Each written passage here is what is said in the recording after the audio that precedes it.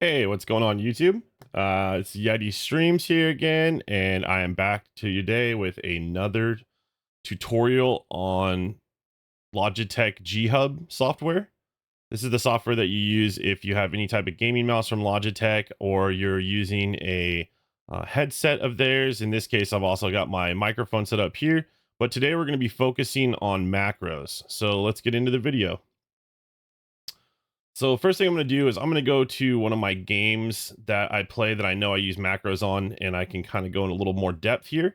We'll keep this video short for the macros purposes, but I'm going to show you a few different options that you have, maybe some things that you never really thought that you could do that are really helpful on any type of mouse. This mouse I'm using here is the G600. It's an MMO mouse. It's got a lot of buttons. But once I got used to it, I would never go to another mouse, and I'll leave that for another video about why I like it. But for this sake, we're going to use the game Coreborn. It's a new game I've been playing, survival MMO style game. It just came out not too long ago, about a week ago, and they do not have an auto run feature. So auto run is definitely something that you can create a macro for very easily on your mouse, and I'll show you how I have mine bound. And then I'll show you also right now how to create that macro. So you'd go over here to your assignments tab on your mouse. You're going to select macros, and then you would be hitting create new macro here.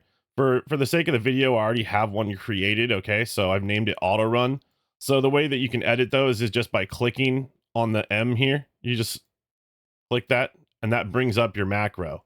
Okay, so this is already built. When you first create a macro, it's going to ask you which type of macro do you want. Do you want something that's going to just happen once, which is no repeat? It's only going to run one time. Okay. Repeat while holding, that's self-explanatory. When you hold the button down, it's going to repeat whatever macro you create down here. Okay. This one I'm going to leave on toggle because I want it to just keep happening until I press that button again. Okay. Or you can create a sequence, which is like a little bit more complexity if you want to run one macro, then run another macro, then run another macro, and create a sequence like that. That gets a little more complex, but there is certain times when you would use that in certain games. I haven't really found too many instances of it, but it is definitely a quality of life thing that you can do. So for the sake of auto run, okay, I'm going to use toggle. And the easiest way to do this, okay, is to go and hit the plus button. You're going to record the keystrokes, right? So typically, if I hit Shift and W, it's going to record the downstrokes and the upstrokes when I release, okay? So in this scenario for auto run, we don't need the release here, okay? And if you do accidentally do something here, it's okay. You can just click. You can actually do Shift and click, just like you would if you were selecting anything else, and then press not backspace, but press the delete button, and that'll get rid of whatever keystrokes you have there. And then also, if you don't see the keystrokes up and down, then just make sure that you have this box. Both of these you should have checked, unless there's some type of delay that you wanted to add in between buttons. I'll show you that in a second here. But for this one right here, like I said, all we're going to do is we're going to have the W, which is walk forward, and the Shift, which is sprint, held down whenever I toggle this, okay? And so I like to save your macro. Sure, I'll save the changes. Yes. Okay. And so the way I have this set up on my mouse is I have it on one of my buttons here, and this is my auto run button. So anytime I press that button now, my character is going to go into an auto run mode. And the nice thing is that if I press the Shift button again, it will actually turn off the auto run feature. The only thing is, if you forget that it's on and you were to like go to your other screen or something, you might just see you just have a W button getting pressed down. So it's kind of one of those things you do have to pay attention to it. I wish that they had like an overlay that would be very, very helpful to know when you have a macro on, like some type of overlay that just had like a small icon that showed you that, you know, you could put it where you could put wherever you want on your screen that was logged into G Hub, that would tell you which macro is running. That way, you know, you weren't confused about if it was on or off. So that if you're listening out there, Logitech, I think that'd be an easy thing for you guys to implement. Is just an overlay that shows when you're running a macro. Okay, so that was auto run. let's go ahead. Let's look at, okay, let's look at my mute button for my mic. Okay. So this one's pretty straightforward. I'm only going to have it, I'm going to have it on no repeat.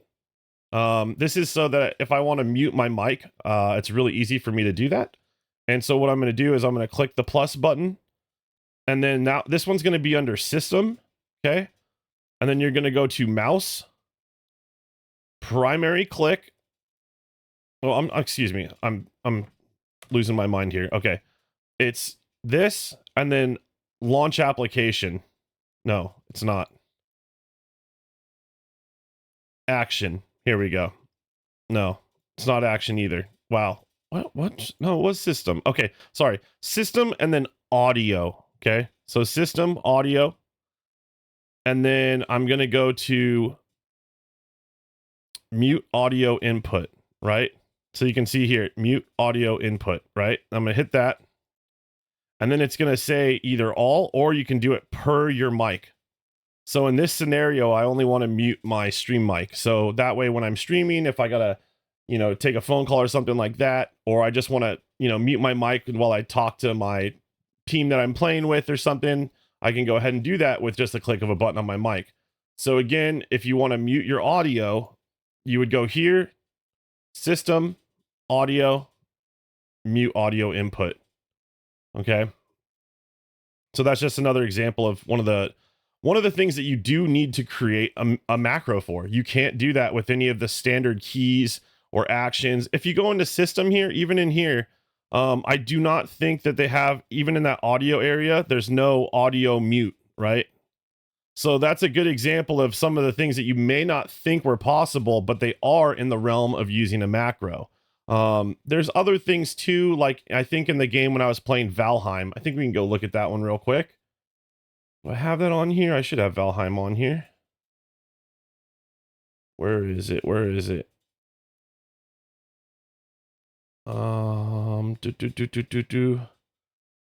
Desktop, Cryofall. Maybe I don't have it anymore.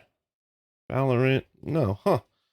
Oh well, I'll just explain the macro to you real quick. So let's say that in Valheim, right, I'm standing in front of one of the cooking racks, and I wanted to, every 7 seconds, I wanted to press the E button. Well, that's super easy to do. We'll go ahead and create a new macro.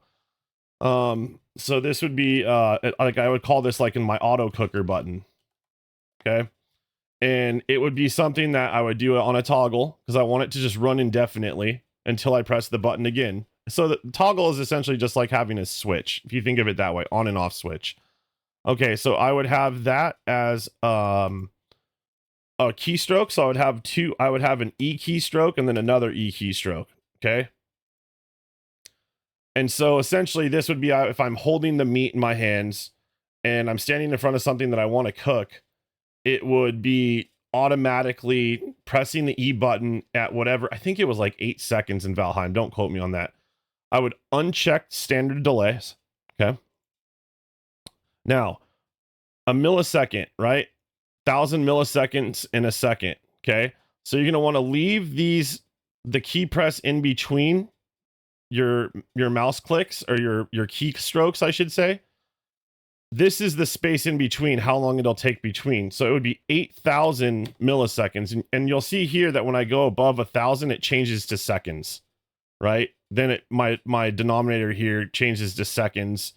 So 8 seconds is 8,000 milliseconds. So that's a good thing to remember there.